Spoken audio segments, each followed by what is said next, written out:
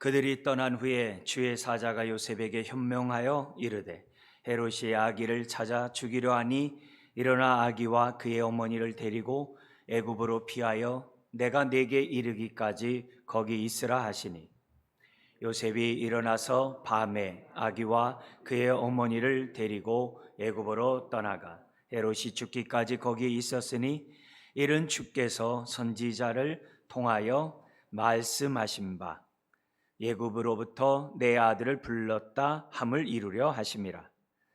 이에 헤롯이 박사들에게 속은 줄 알고 심히 노하여 사람을 보내어 베들레헴과 그 모든 지경 안에 있는 산의 아이를 박사들에게 자세히 알아본 그때를 기준하여 2살부터 그 아래로 다 죽이니 이에 선지자 예레미야를 통하여 말씀하신 바 라마에서 슬퍼하며 크게 통곡하는 소리가 들리니 라헬이 그 자식을 위하여 애곡하는 것이라. 그가 자식이 없으므로 위로받기를 거절하였도다 함이 이루어졌느니라. 헤롯이 죽은 후에 주의 사자가 애굽에서 요셉에게 현몽하여 이르되 일어나 아기와 그의 어머니를 데리고 이스라엘 땅으로 가라. 아기의 목숨을 찾던 자들이 죽었느니라 하시니 요셉이 일어나 아기와 그의 어머니를 데리고 이스라엘 땅으로 들어가니라.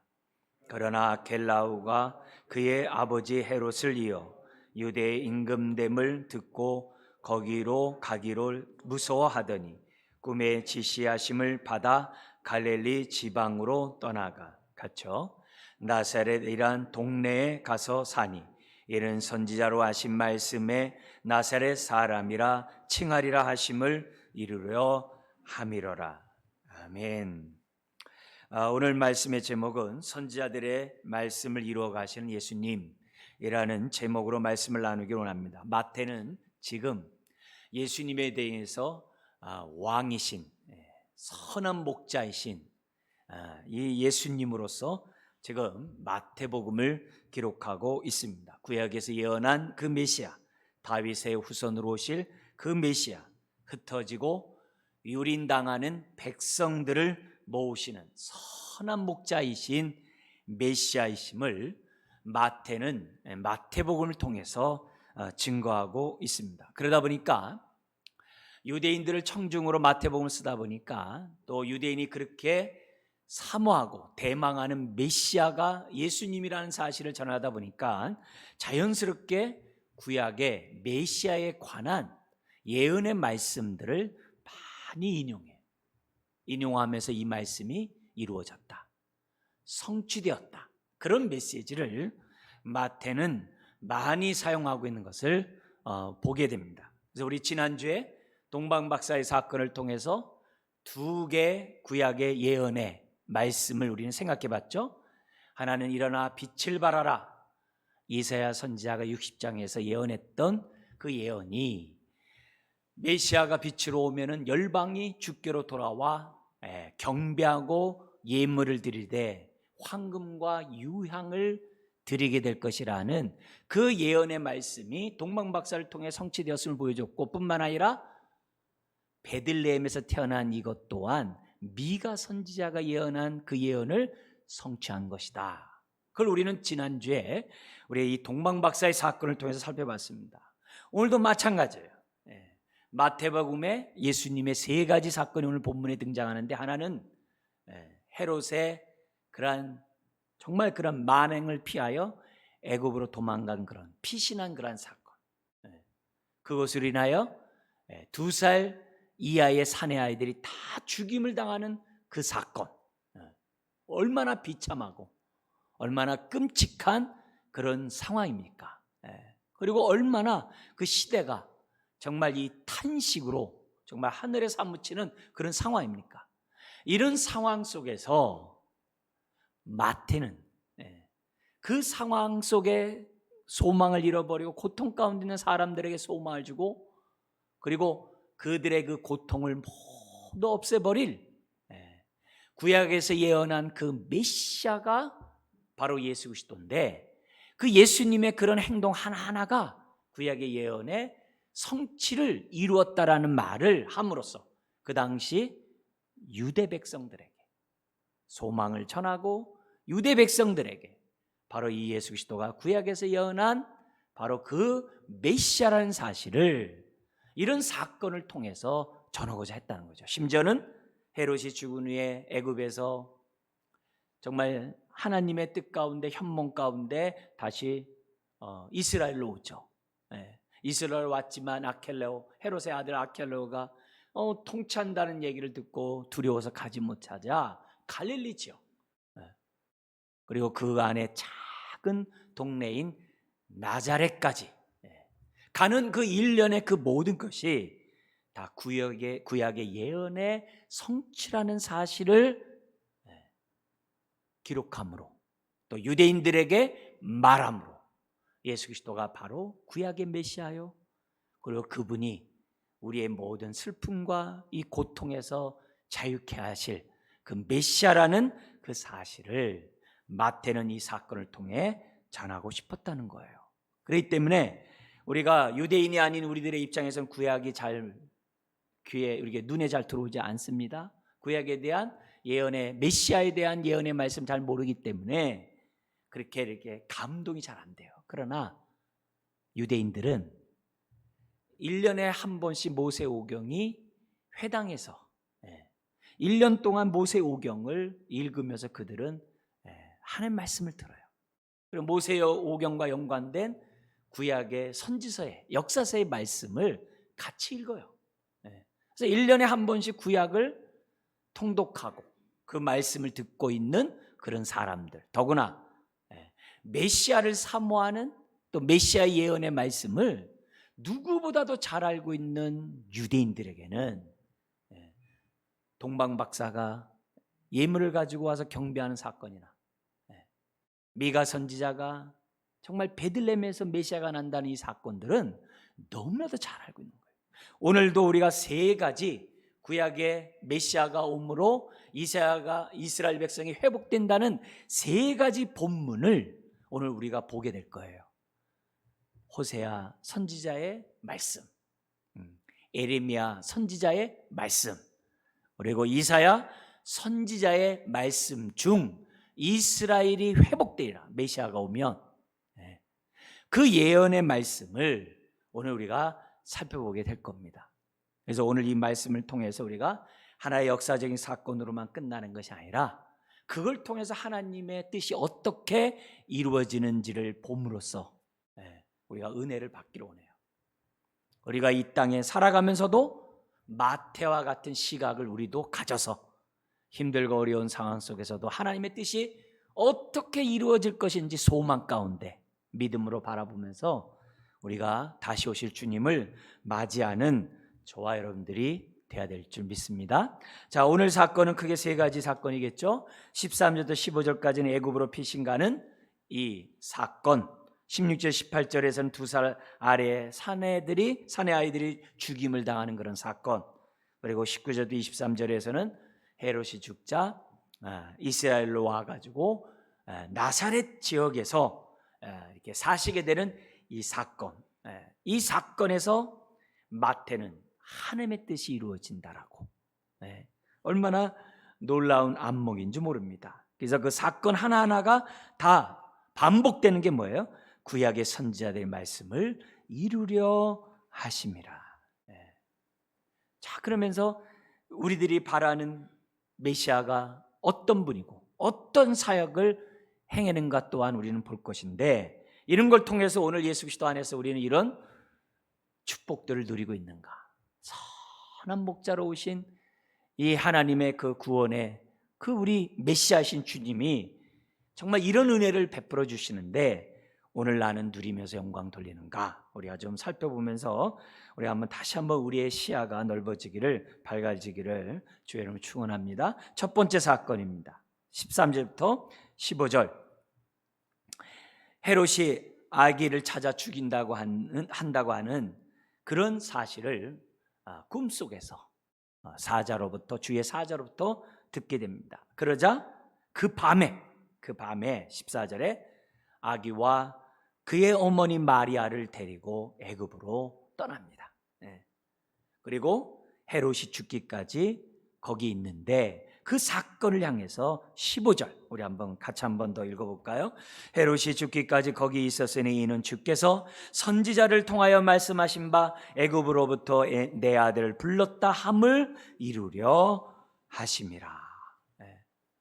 피신가 하시는 이 사건이 이루었다라고 우리는 정말 생각할 수 있는 사람은 없죠. 우리 주님은 태어날 때부터 많은 고난을 당하셨구나.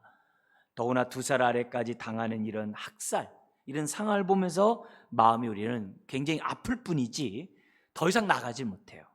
그런데 그런 사건에서 마태는 애굽으로 피신하고 2살 사내 아이들의 그 학살을 보면서 무엇을 생각하냐면 과거 우리의 선조들이 애굽 땅에서 바로의 압제 속에 사내 아이들이 학살을 당하는, 죽임을 당하는 그 사건을 연결하고 있어요. 그러면서 마태는 예수님이 애굽으로 들어간 그 사건을 뭐와 또 연결시키냐면 압제당하는 이스라엘 백성을 애굽으로부터 구원 구출 해방시키기 위하여 모세를 보낸 그 사건과 연결을 시키고 있어요. 압제당하는 이스라엘을 애굽에서 구원하셨던 그 하나님이 드디어 로마의 압제 가운데 고통당하는 이스라엘 백성을 구원하시기 위하여 제2의 모세이신 메시아를 우리에게 보내주셨다. 지금 선포하고 있는 거예요. 우리 하나님이 모세에게 직접 말씀하셨죠. 신명기에서 너와 같은 선지자를 내가 보내리라. 그죠? 그 선지자 누구겠어요? 광야길의 그 고통의 삶을 살아가는 이스라엘 백성들의 가나안 땅을 인도했던 그 선지자겠죠. 네?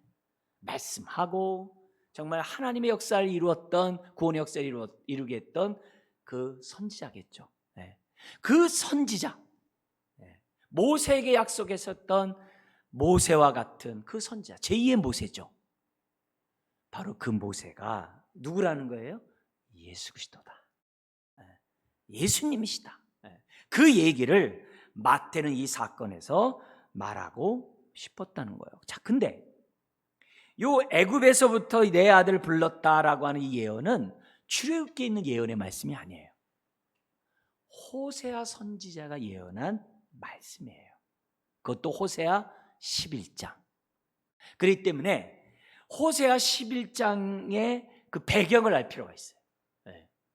왜 이 말씀을 호세아가 요 애굽으로부터 내 아들을 불렀다라는 요 말씀을 호세아가 왜 이스라엘 백성에게 했는지를 그 배경을 알 필요가 있죠. 호세아가 누구죠? 하나님의 정말 그 사랑을 배반하고 하나님을 떠나고 우상 숭배하고 또 불의와 불법을 행하는 그 이스라엘을 향하여 돌아오라고, 정말 그 하나님의 그 마음을 더 이상 아프게 하지 말고 회개하고 돌아오라고, 그 메시지를 전하기 위해서 하나님이 세운 선지자가 호세아죠. 그걸 하나님의 이런 마음을 뼈저리게 느끼도록 하기 위해서 하나님은 고멜이라는 그의 아내를 통하여 데려다 놓으면 나가고 데려다 놓으면 나가는 그 고멜의 그 모습에 보면서 하나님의 마음을 삶 속에서 뼈저리게 경험하게 했던 선지자가 호세아거든요. 그래서 호세아서는요 1장에서부터 의미심장에 시작해요. 하나님이 호세아를 통하여 말씀하시니라라고 안 해요. 호세아로 말씀하시니라 그래요.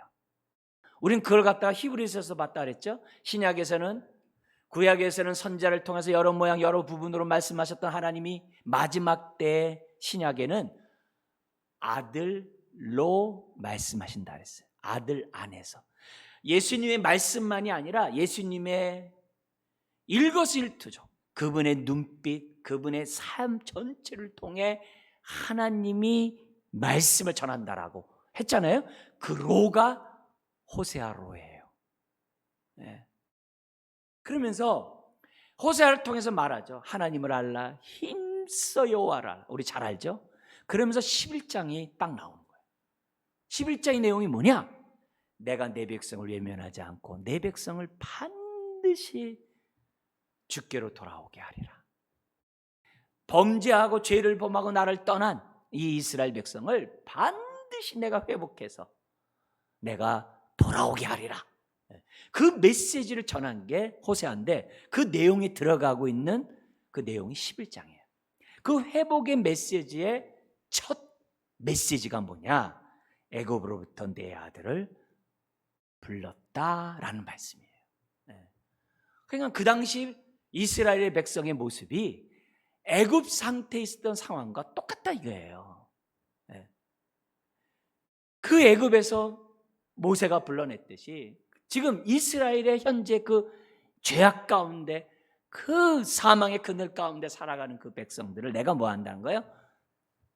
나오게 하겠다는 거예요. 내 아들을 애굽에서부터 불러내듯 너희들의 그 죄악에서부터 하나님이 불러내시겠다라고 하는 그 첫 메시지가 애굽으로부터 내 아들을 불렀다라는 단어예요. 그러면서 1절 이하에 쭉 얘기를 하는데 하나님이 뭐라고 얘기하냐면 거기 7절 8절에 이런 얘기가 나와요. 7절에 보면 하나님이 호세아를 통해서 말씀해요. 내 백성이 끝끝내 내게서 물러가나니 비록 그들을 불러 위에 계신 이에게로 돌아오라 할지라도, 하나님께로 돌아오라 할지라도 일어나는 자가 하나도 없도다. 호세아의 말씀을 듣는 자가 하나도 없다는 거예요. 그런데 그걸로 끝나면서 이 백성을 버릴 거냐? 언약의 하나님이고 긍휼을 베푸신 하나님 버리겠냐? 아니라는 거예요. 그래서 8절이 나와요. 뭐가 나오냐면은 에브라임이여 내가 어찌 너를 놓겠냐? 원문대로 읽은다면은 어찌 에브라임이여 내가 너를 놓겠느냐? 어찌가 제일 앞에 나와요. 그 다음도 뭐냐? 어찌 이스라엘이여 내가 너를 버리겠느냐? 이렇게 돼 있어요. 내가 어떻게 너를 놓으며 너를 어떻게 버리겠냐 이게요. 내가 너를 볼 때마다 내 마음이 내 속에서 돌아서 나의 긍휼이 온전히 불붙듯 하도다. 너희를 볼 때마다 내 안에서 막 긍휼함이 불쌍히 여기는 마음이 불이 뜨 일어난다는 거예요. 내 사랑하는 너희들을 내가 어떻게 놓겠으며 내가 어떻게 너희를 버리겠느냐. 그럴 수 없다는 거예요. 그러면서 내가 너희를 반드시 돌아서게 하리라. 반드시 내가 회복하리라. 그러니까 마태는 뭐예요? 지금 예수님이 애굽으로 피신하는 그것이 뭐예요? 회복의 서곡이라는 거예요. 회복의 첫 사건이라는 거예요. 그 얘기를 지금 첫 번째 사건을 통하여 우리에게 말씀하는 거예요. 그러니까 첫 번째 서곡이니까 어떻게 해야 돼요? 1절이 이루어졌으니까 어떻게 돼요? 그 뒷귀절이 이루어지는 거죠. 마태는 예수님을 보면서 출애굽에 하셨던 그 하나님이 다시 로마를 우리에게 베푸실 것을 마태는 믿음의 눈으로 바라보고 이 예언이 이루어졌다라고 선포하고 있는 거예요. 할렐루야죠. 여러분, 이런 안목을 달라고 기도하셔야 돼요. 지혜와 계시의 영을 우리에게 부어주셔서 이렇게 하나님의 뜻하신 바들을 분별할 수 있는 정말 안목을 달라고 기도하셔야 돼요. 두 번째 사건도 마찬가지입니다. 16절부터 18절에 있는 사건인데요. 거기 보니까는 헤롯이 동방박사가 자기에게 보고하면 자기 가서 경배하겠다라고 말했음에도 불구하고 동방박사가 주의 사자가 현몽함에 꼭 나타나가지고서 어떻게 돼요? 가지 말고 네 고향으로 가라 그래서 간 사건이 있었거든요.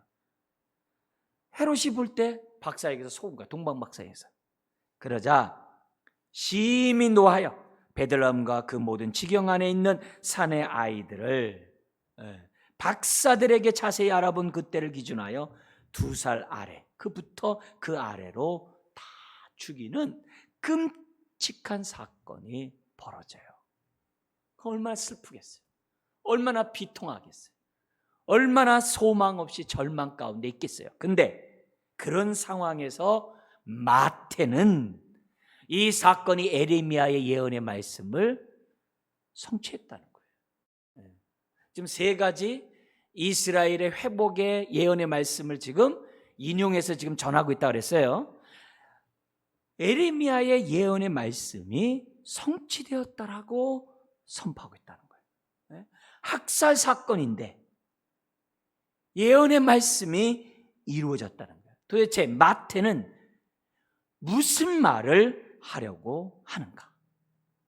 소망 없는 그런 상황에서, 절망뿐인 그런 상황에서 마태는 에레미야 31장 15절의 말씀이 성취되었다고. 우리 18절 한번 읽겠습니다. 라마에서 슬퍼하며 크게 통곡하는 소리가 들리니 라헬이 그 자식을 위하여 애곡하는 것이라. 그가 자식이 없으므로 위로받기를 거절하였도다. 여러분, 어미에게서 가장 큰 슬픔이 뭐겠어요? 자식이 없는 거거든요. 그런데 에레미야 31장의 배경이 뭐냐? 라마에서 슬퍼하며 크게 통곡하는 소리가 들린다 해서 라마예요. 라마. 여러분, 에레미야가 누굽니까? 하나님을 배반하고 정말 하나님을 떠나서 스스로 살고자 하는 그런 자들에게 하나님의 심판이 임할 거다. 바벨론이 너희들을 침노할 것이니까 너희들은 회개하고 돌아서라. 바벨론이 침략하기 전부터 눈물로 호소하죠. 1차, 2차, 3차 바벨론의 침략이 있을 때도 눈물로 호소하죠. 그러나 안 들어요. 3차에 의해서 완전히 멸망을 합니다. 그때 에레미야도 붙잡혀요. 그리고 포로로 끌려가서 그 당시 바벨론으로 끌려가는 집결지가 어디냐면은 라마예요. 라마. 예루살렘보다 약간 북쪽이에요. 라마가 포로 집결지예요. 그 포로 집결지에서 에레미야는 느부갓네살 왕의 어명에 따라 석방이 돼요. 나머지 유민들과 같이 있다가 애굽으로 자기 유민에 의해서 또 붙잡혀 가잖아요. 그 장소가 라마예요. 그 라마, 지금 포로로 끌려가는 많은 자들이 학살을 당하고 이제는 포로로 끌려가는 절망의 순간이에요. 바로 그 상황을 에레미야는 라헬에 빗대어서 지금 설명하고 있는 거예요. 라헬은 누구예요? 야곱의 아내죠. 그죠? 두 번째 아내죠. 그러나 이 라헬은 정말 야곱이 누구보다도 자기 언니보다 사랑했던 그 부인이죠. 이스라엘 사람들이 이 라헬을 국모로 여겨요. 그러니까 이스라엘 총칭을 얘기하는 거예요. 라헬은 이스라엘 전체의 슬픔을 얘기하는 거예요. 그러면서 라헬이 그 자식을 위하여 애곡하는 것이라. 그가 자식이 없으므로 위로받기를 거절했다. 그 상황이 딱 맞는 상황이에요. 3차 정말 침략에 의해서 무너지고 포로를 끌려가는 그 상황이 바로 그 상황이에요.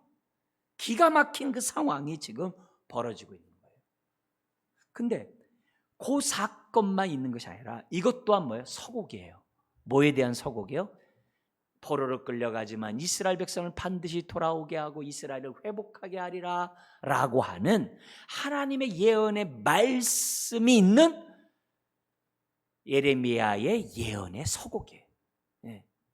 그러니까 에레미야는 그 절망의 그 순간을 보면서 믿음의 눈으로 보는 거예요. 에레미야 31장 15절이 이루어지다니. 라마에서 슬퍼하며 크게 통곡하는 소리가 들리는 그 사건이 2살 아래 아이들이 죽는 그 학살을 보면서 마태는 에레미야 예언의 말씀을 받고, 그러면 15절이 있다면 16절 17절의 말씀이 이루어지리라. 여러분, 16절 17절의 말씀이 이겁니다. 뭐냐면은 여호와께서 이와 같이 말씀하시니라. 에레미야 바로 이 18 여기 있는 18절이 31장 15절이거든요. 에레미야 31장 16절 이하의 말씀이 그거예요. 여호와께서 이와 같이 말씀하시니라. 내 울음소리와 내 눈물을 멈춰라. 이스라엘 향해 얘기하는 거예요. 라헬을 향해 얘기하는 거예요. 내 일에 싹쓸 받을 것인즉 그들이 그의 대적의 땅에서 돌아오리라. 여호와의 말씀이라. 포로를 끌려가지만 반드시 돌아오겠다는 거예요. 그래서 뭐냐면 너의 장래에 소망이 있을 것이라. 너의 자녀가 자기들의 지경으로 돌아오리라. 여호와의 말씀이니라. 예언의 말씀 있는 거예요. 그것뿐만이 아니에요. 20절에 보면은 31장 예레미야 31장 20절에 보면 이렇게 나와 있어요. 에브라임은, 그 이스라엘 말이에요, 나의 사랑하는 아들, 기뻐하는 자식이 아니냐. 그러니까 언약의 하나님이 자기 백성을 얼마나 불쌍히 여기고 긍휼히 여기시는지를, 자기 백성을 그대로 내버려 두지 않으신다는 그 사실을 20절에 지금 얘기하는 거예요.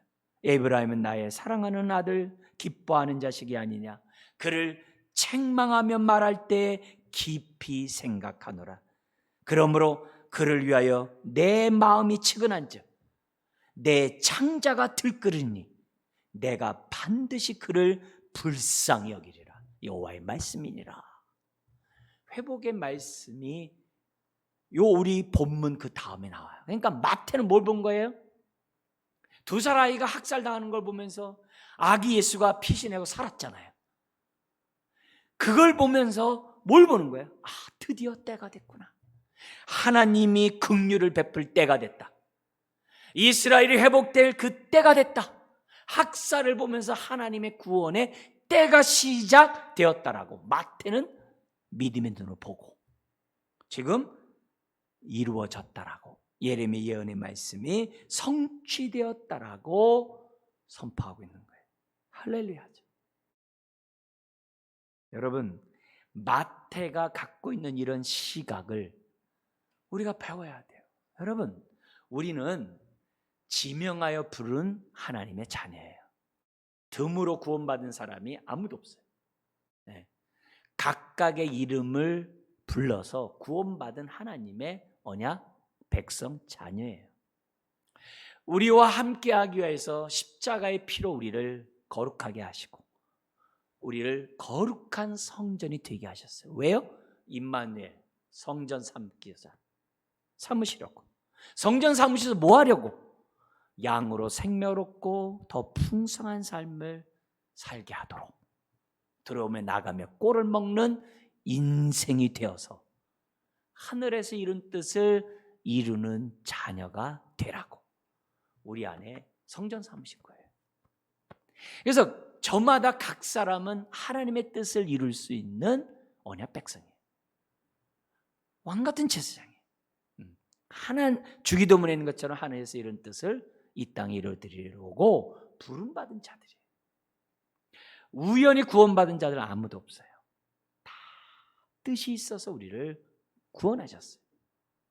그렇다면 우리도 지금 어떻게 돼요? 피신가고 학살을 당하는 소망 없는 상황이 우리에게 놓여졌을 때 어떤 안목을 가져야 하냐, 이게 절망 아니라는 거죠. 오히려 그 절망의 순간에 기도의 등불을 켜야 하는 거예요. 하나님 앞에 기도해야 돼요. 하나님, 주의 뜻이 무엇입니까? 하나님, 저는 어떻게 주의 뜻을 이루어야 합니까? 마태는 하나님이 선한 목자라는 사실을 분명히 믿었어요.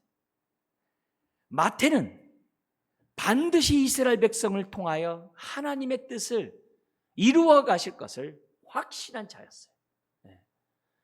누구보다도 메시아를 반드시 보내셔서 구약의 약속의 말씀을 이루실 분이 하나님이라는 것을 확실히 믿었어요. 그렇기 때문에 그는 학살을 당하는 그 상황에서 예레미야의 말씀을 생각했다는 거예요. 성령님의 역사죠. 너무 놀라운 거죠. 그리고 그 사건을 통해서 유다 사람들에게, 유대인들에게 바로 그것이 예레미야의 성취라고 지금 선포하고 있는 거예요. 그렇다면 우리도 슬퍼하는 그런 상황이 놓일 때마다 슬퍼하는 것이 아니라 마태와 같이 주의 뜻을 분별할 수 있는 사람이 되도록 기도하고 또 기도해야 돼. 그리고 주변 사람들에게 소망, 위로의 소망을 마태처럼 전할 수 있는 저와 여러분들이 되셔야 하는 거죠. 사실 제가 이렇게 설명합니다만 마태는요, 흥분하고 있는 거예요. 마태는 드디어 때가 됐구나. 슬픔의 그 순간에 소망을 보면서 흥분하는 거예요. 드디어 이 이스라엘 백성을 하나님이 드디어 자기 백성으로 정말 은혜를 베풀기 시작했구나, 긍휼을 베풀기 시작, 흥분하고 있는 순간이에요. 이런 안목이 저를 비롯해서 또 우리 모두가 있을 때 정말 절망의 순간에서 주의 뜻에 순종하고 주의 뜻을 이룰 수 있는 사람이 된다. 세상이 알지 못하죠. 정말 깨달을 수가 없죠. 그러나 우리 이런 가운데서도 정말 주의 뜻을 이루는, 죽은 자 같으나 산 자요, 없는 자 같으나 있는 자요, 무명한 자 같으나 유명한 자로서 하나님 앞에 쓰임받는 자들이 되어야 한다는 거죠. 2살 아이들이 죽는 걸 보면서 역설적으로 이스라엘의 회복이 드디어 시작되었다라고 선포하는, 정말 이런 배짱과 이런 확신이 우리 모두에게 있기를 주의 이름으로 축원합니다. 세 번째 사건이 있어요. 19절부터 23절인데 드디어 헤롯이 죽습니다. 다시 요셉에게 현몽하여 이스라엘로 올라오라고 얘기를 합니다. 오니까는 소문에 보니까 아켈레오, 헤롯의 아들 아켈라오가 그 베들레헴 땅을, 유다 땅을 통치하고 있다는 얘기를 듣습니다. 거기 가면 큰일 나죠. 왜요? 예수님의 그 나이에 맞는 아이들은 하나도 없거든요. 왜요? 산의 아이들은 다 죽었으니까. 근데 그 아이가 딱 나타나 보세요. 금방 알죠. 너 어디 갔다 왔어? 금방 알게 되죠. 당연히 두려워 갈 수가 없죠. 베들레헴과 그 주변 지경 다 죽었는데 산의 아이들이 거기 간다는 것은 상식으로도 맞지 않죠. 그러니까 당연히 두렵죠. 근데 우리 하나님이 천사를 통해 말합니다. 네가 거할 곳은 저 갈릴리 지역이라고. 그 갈릴리에 사람의 잘 살지 않는 나자렛, 바로 거기서 살라는 거죠. 나다니엘도 얘기합니다. 나자렛에 무슨 선한 것이 나겠느냐? 도저히 거기선 선한 것이 없는 무시받는 지역이거든요. 사람들로부터도 무시받고 거기선 그 어떤 선한 것도 낳지 못하는 버려진 그 곳. 하나님의 구원의 역사는 그런 데서부터 시작하는 거거든요. 항상. 요 갈릴리로 가는 그 사건이, 그것도 또한 하나님의 예언의 말씀, 이사야의 예언의 말씀을 성취한 거라는 게 나중에 마태복음 4장에 나와요. 우리 그때 가서 볼 거예요. 그건요.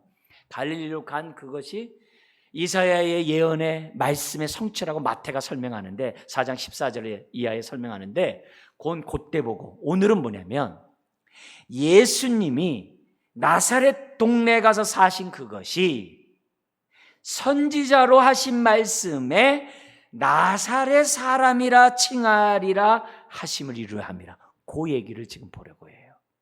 다른 얘기 아니라 그 얘기. 여기 아켈레오를 잠깐 얘기한다면 헤롯 대왕에 아들들이 많아요. 부인들도 많고 아들들도 많습니다. 많은 아들들 가운데 세 아들에게 뭐냐면 헤롯이 죽자 분봉왕이 이제 세 아들이 통치를 합니다. 그래서 유대와 사마리아 지역은 이 아켈레오가 통치를 해요. 근데 이 자기 아버지를 닮아가지고 아주 악한 왕이에요. 어느 정도 악하냐? 헤롯 대왕이 죽자 유다 백성들 마음속에서는 드디어 우리가 독립을 꾀할 수 있는 기회가 왔다. 그래가지고 성전 앞에 세워져 있는 로마의 그 독수리 우상, 황제 숭배를 하는 그 독수리상을 없애버리자라고 모의를 하다 발각돼가지고 화형을 당해요. 유다와 matti아예요. 동명이인이에요. 유다와 matti아가 화형을 당합니다. 거기에 이 바리새인들이 의분을 느껴가지고 봉기를 일으켜요. 근데 그때 6월절인데 3,000명이 학살을 당합니다. 이 아켈레오가 10년간 통치를 해요. 아버지가 죽고 AD 6년까지 10년을 통치하는데 이루 말할 수가 없는 거예요. 그러자 유대인들이 사람들을 갖다가 선별해가지고 그 당시 아우구스투스 황제가 통치하고 있었는데 로마로 갑니다. 로마로 가가지고 너무나도 폭정에 우리가 살 수 없다라고 탄원을 올려요.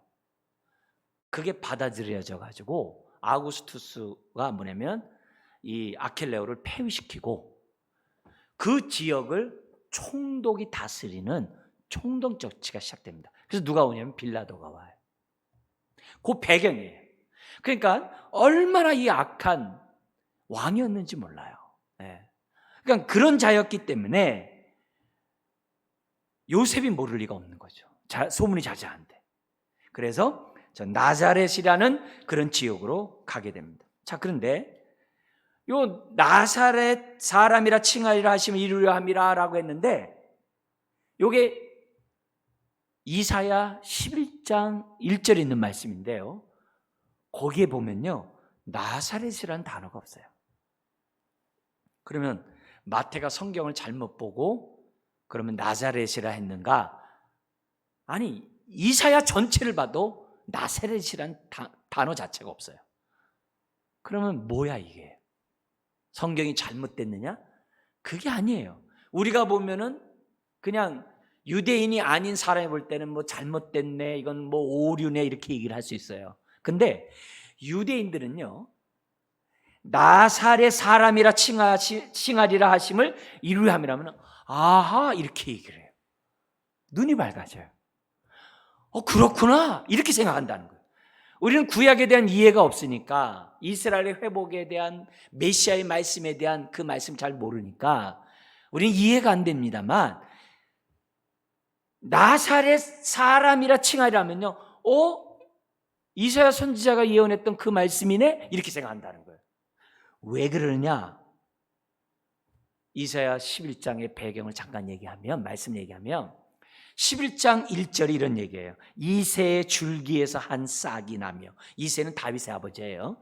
이새의 줄기에서 한 싹이 나며 그 뿌리에서 한 가지가 나서 결실할 것이요. 이게 메시아 예언이라는 것을 유대인이 다 알거든요. 이새의 후손으로 다윗의 자손이 나온다는 거 다 알고 있는 메시지거든요. 우리는 낯설지만 유대인들은 다 알아요. 그래서 메시아가 오면 어떤 일이 벌어지냐? 그 1절 이하에 이 땅에 공의와 정의가 살아나서 샬롬이 이루어지고, 샬롬이 이루어질 뿐만 아니라 열방으로 흩어졌던 사람들, 저 흩어졌던 양들이 다 돌아오리라. 남은 자들이 다 돌아오는 그런 회복의 메시지가 이사야 11장이에요. 거기에 여러분도 잘 아는 내용이 있어요. 사자와 표범과 이리와 어린 양이 함께 뛰놀며 독사의 굴에 손을 집어넣어도 물지 않는, 주일학교들이 불렀던 찬송 있잖아요. 그 본문이에요. 그러면서 그 나라가 오면 해가 없고 상함이 없으리라. 그러면서 또 우리가 많이 부르는 그 찬양이 있어요. 뭐냐면은 물이 바다 덮음같이 여호와를 아는 지식이 세상에 충만할 것이야. 그 말씀이 있는 것이 이사야 11장이에요. 그러니까 지금 마태는 회복의 서곡인 그 1절을 딱 인용해가지고 나자렛이라는 단어를 끄집어낸 거예요. 그럼 이 말이 무슨 말이냐? 여러분, 우리는 글을 쓸 때 모음 자음을 써요. 수서은혜 교회 하면은 자음과 모음을 다 씁니다. 우리 게임도 합니다. 시옷이 나오면은 게임하면 뭐래요? 수서, 그리고 어떤 사람 수소, 이런 식으로 사람들이 시옷만 나오면 그렇게 단어를 모음을 붙여서 말을 하죠. 그 게임 있잖아요. 근데 히브리인들은 글을 쓸 때 모음을 안 쓰고 자음만 써요. 근데 그걸 다 읽어요. 어떻게 그럴 수 있냐? 유대인들은 읽어요. 그리고 유대인들은 단어가 자음 3개가 기본 단어예요. 그래서 히브리어 배우기가 제일 간단하고 쉬워요. 단어가 3단어 자음으로 다 돼 있어요. 거기에 접두어가 붙고 전미어가 붙고 거의 시제에 따라서 약간 변화가 있지 4개 자음으로 구성되어 있어요. 그래서 그 3개의 그 자음은 아무 단어는 안 써요. 거기에 연관된 단어들을 쓰면서 사람들이 히브리어를 사용하고 있어요.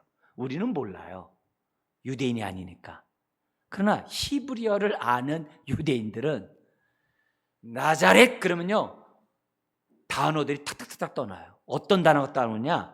그 1절 가운데 어떤 단어가 있었냐면 가지. 그 뿌리에서 한 가지가 나서 메시아를 가지로 얘기했잖아요. 이 세 뿌리에서 메시아가 태어난다는 걸 갖다가 가지로 얘기했잖아요. 그 가지라는 그 단어가 나자렛의 자음과 똑같아요. 니은, 지읒, 레, 니을이 똑같은 자음이에요. 똑같은 자음으로 된 게 뭐예요? 가지, 심지어 뭐예요? 올리브 나무에서 나온 그 싹, 그것도 똑같은 자음이에요.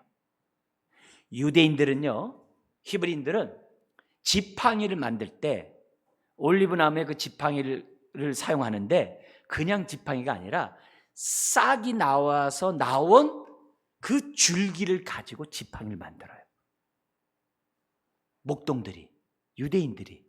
그러면 요 나자렛 속에 같은 단어가 뭐가 나와요? 첫 번째는 가지. 메시아를 상징하는 가지. 메시아를 상징하는 싹. 메시아를 상징하는 싹이 다 똑같은 자음이에요. 싹에서 나온 그 지팡이를 사용한다 그랬잖아요. 주의 지팡이가 나를 안위함이라는 시편 23편의 그 지팡이가 요 싹에서 나온 지팡이에요. 또 있어요. 요 3가지 자음과 똑같은 자음이 있는 게 뭐냐면요, 나시린. 많이 들어봤죠? 하나님 앞에 구별된 사람이 나시린이죠. 그러면 그런 단어가 뭉쳐서 나온 단어가 뭐냐면 나자렛이에요. 나사렛이에요. 이스라엘 사람들은 메시아가 오면 어떤 사람이냐? 3가지 자음을 갖고 있는 메시아예요. 가지요, 싹이요. 정말 이스라엘을 위하여 구원을 베풀 그런 사람이라는 단어를 다 알고 있어요. 근데 나자렛이라는 사람이라 칭하리라 하심을 이루려 한다라고 마태는 지금 해석하고 있는 거예요. 놀라울 뿐이죠. 언어 유희를 하는 거예요. 우리는 몰라서 잘 안 돼요. 그러니까 우리들을 아는 입장에서 해석해보면 결국 이렇게 되는 거죠. 예수님은 누구냐? 이새에서 뿌리에서 나온 메시아요. 이스라엘을 인도하는 지팡이의 메시아요. 하나님 앞에 구별된 나실과 같은 메시아라는 사람이라는 것을 우리가 생각할 수가 있다는 거예요. 그러니까 이런 것들을 보면서 지금 뭐냐면은 이사야 11장이 성취되는 서곡이 바로 1절인 거고, 그 1절 이하의 메시지가 다른 게 아니에요. 그분이 이 땅을 통치하고 그로 인하여 사람들이, 남은 자들이 돌아오게 된다고 하는 예언의 말씀이 성취되는 것으로 마태는 해석했다는 겁니다. 결론적으로 말씀드리겠습니다. 여러분, 오늘 이런 예언의 말씀을 보면서 하나님의 뜻이 약속하신 대로 반드시 이루어지는 것을 우리는 봤어요. 주님의 재림 또한 반드시 성취될 줄 믿습니다. 그리고 이 땅에서 하나님의 구원 계획 또한 반드시 성취될 줄 믿습니다. 누구를 통해서요? 우리를 통하여. 특별히 누구예요? 저와 여러분들을 통하여, 몸된 교회를 통하여 주의 뜻이 이루어진다는 것을 봤어요. 그렇다면 우리의 삶이 어떠하든지 간에 주의 뜻을 이루는 삶을 살아야 될 줄 믿습니다. 예수님은 핍박당하고 십자가에 못 박혀 죽는 그 상황에서도 주의 뜻을 이루셨어요. 아멘. 오늘 우리들의 삶이 주의 뜻을 이루는 삶이 돼야 돼요. 바울도 살소망이 끊어지는 그런 가운데서도 주의 뜻을 이루는 삶을 살았어요. 오늘 이 메시지를 통해서 우리들이 그런 삶을 살아야 돼요. 동시에 두 번째, 우리 주님은 선한 목자세요. 회복하시는 분이세요. 여호와는 나의 목자시니 내게 부족함이 없으리로다라고 고백하게 하시는 하나님이세요. 그렇다면 오늘 내 삶 속에서 그런 고백이 나타나야 돼요. 코로나, 또 이 무더운 여러 가지 질병, 여러 가지 고통의 삶이 우리 앞에 있다 할지라도 주님이 내 안에, 우리가 주님 안에 거해요. 그리스도 안에 있는 저와 여러분들은 부족함이 없어야 돼요. 오늘도 그런 삶을 살아감으로 하나님께 영광 돌리는 저와 여러분들이 돼야 될 줄 믿습니다. 기도하겠습니다. 하나님 아버지, 오늘도 자기 백성을 긍휼히 여기시며 독생자를 보내시며 주의 성령을 우리에게 보내셔서 우리를 성전 삼고 주님 안에 거할 수 있는 은혜를 주시니 감사합니다. 주여, 부족함이 없는 삶을 살게 하여 주옵소서. 하늘에서 이룬 뜻을 이 땅에 이루어드리는 삶을 살아가는 인생들 다 되게 하여 주옵소서. 주의 나라가 온전히 이 땅에 이루어지는 날이 속히 올 줄 믿습니다. 마태처럼 확신하며 선포하며 살아가는 인생들 되게 하여 주옵소서. 예수님의 이름으로 기도드리옵나이다. 아멘. 찬송가 우리 80장 부르시면서 봉헌하시겠습니다.